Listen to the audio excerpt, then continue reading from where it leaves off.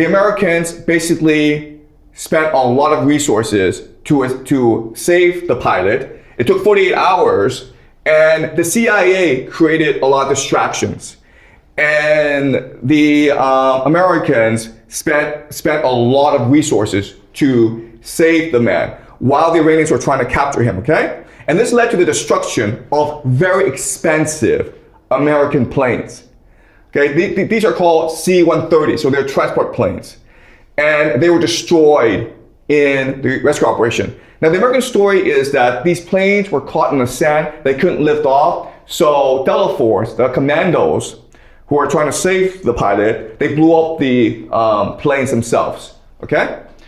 And as you can see, the Americans in this operation, they lost a lot of expensive planes. The estimates are the Americans lost $300 million in planes. And even though the Americans say that there were no casualties in this rescue, we can expect that there were casualties in this rescue because a lot of planes were destroyed, okay? And again, these are very expensive planes. And throughout this war, the Americans have lost quite a few planes. The C-130 are extremely expensive, okay? All right. Okay. All right, so this has led people to question whether or not the narrative is true or not. Now, you can make the argument that this narrative is true. You can make the argument that the American military prides itself on no man left behind, so they will do whatever they can, move heaven and earth to save that person. And that's something that the Americans take pride in. But again, there are issues with this narrative. So this is a man named Arnon Bertrand, and on Twitter, he explains that this story doesn't really make sense, okay? So the first thing is, how did a fighter jet, American fighter jet, get knocked down in Iran when the Americans have said that they have air supremacy over the country? Another issue is that the weapons systems officer is a colonel. A colonel is a very high-ranking individual in the American military. So why would he participate in this operation? That's very strange. And even though he was injured, seriously wounded, according to Trump, he still managed to hike up a 7,000-foot mountain ridgeline and hide in a crevice in the Zagros Mountains for 48 hours despite his wounds. Also, we don't know who he is. He's never been identified. He was never interviewed by the press, which is unusual because if you rescue the man, you make him into a national TV star, right? So there are a lot of issues with this story, all right? So, Emma, could you do me a favor and just read the summary? Okay. So to sum up, anti-aircraft equipment that supposedly didn't exist shot down an F-15 and apparently an A-10 Warthog the same day. A seriously wounded man climbed a 2.1 kilometers mountain. The U.S. seized an airfield 200 miles inside a country it's at war with, next to one of its most strategic nuclear sites, and deployed hundreds of troops, all apparently unimpeded. Lost 2 planes to sand and destroyed their own helicopters. Videos show heavy clashes, missiles raining down, but not a single person got even wounded. And the man at the center of it all, nobody knows who he is, completely anonymous, 0 pictures, but Trump says he is safe and sound.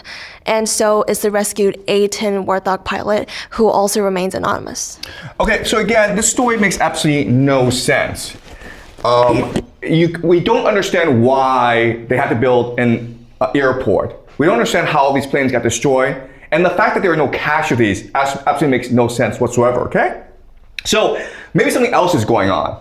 And people online are speculating that this was actually a failed ground invasion. And the mission was to sneak into Iran's nuclear power plant located in the area and steal Iran's enriched uranium, which it would need to build a nuclear weapon, okay? And by doing that, you deny the Iranians' capacity to build a nuclear weapon, and you can declare a victory, okay? All right, so what's the evidence for this? Well, on March 7th, 2026, so at the beginning of this war, a journalist named Barak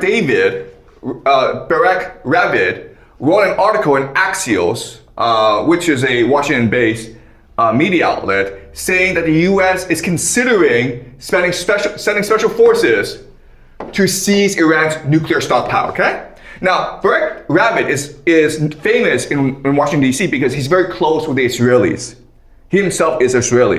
So he's able to get a lot of information from the government, okay? So from March 7th onward, there was news reporting that the Americans would insert special forces to steal the uranium. No one took this seriously because it's so stupid.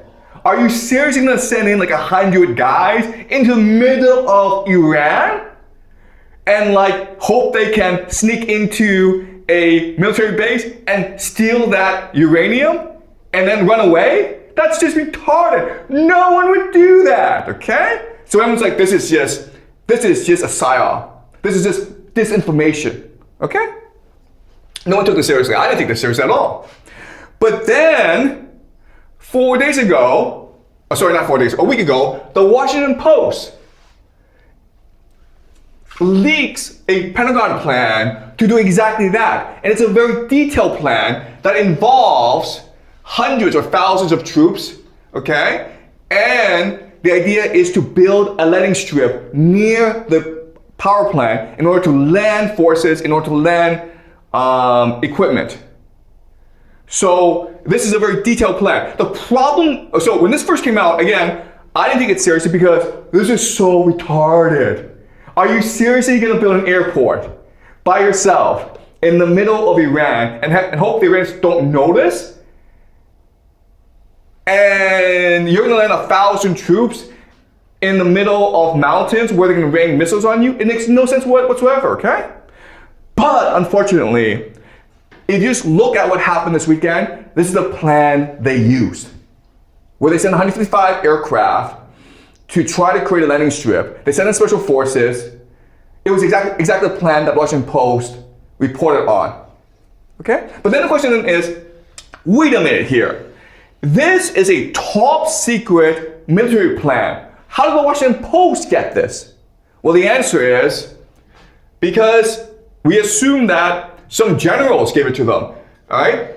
Peter Hegseth, the Secretary of War for Donald Trump, fired the top generals for the military. And we don't know why. There was never a reason given. But we can suspect what happened was this.